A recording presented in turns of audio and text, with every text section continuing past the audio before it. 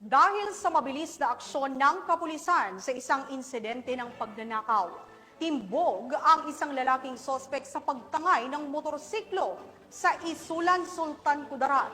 Ang balita mula kay Patrolwoman Emilio Pedroso. Arestado ang isang sospek sa pagtangay ng isang motorsiklo sa isinagawang operasyon ng Isulan PNP sa Barangay Sampaw, Isulan, Sultan Kudarat nito lamang ika-3 ng Enero taong kasalukuyan.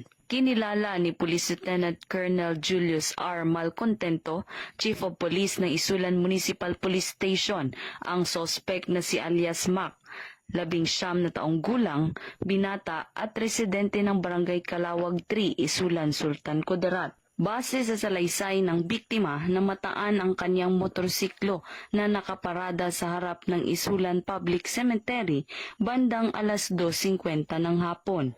Mabilis namang naaresto ang sospek ng mga tauhan ng Isulan Municipal Police Station at agad na sinampahan ng kasong paglabag sa Republic Act 10883 o New Anti-Carnapping Law of 2016. Ang mabilis na pagresponde ng kapulisan sa mga krimen ay mahalaga upang mapanatili ang kaayusan at seguridad ng komunidad.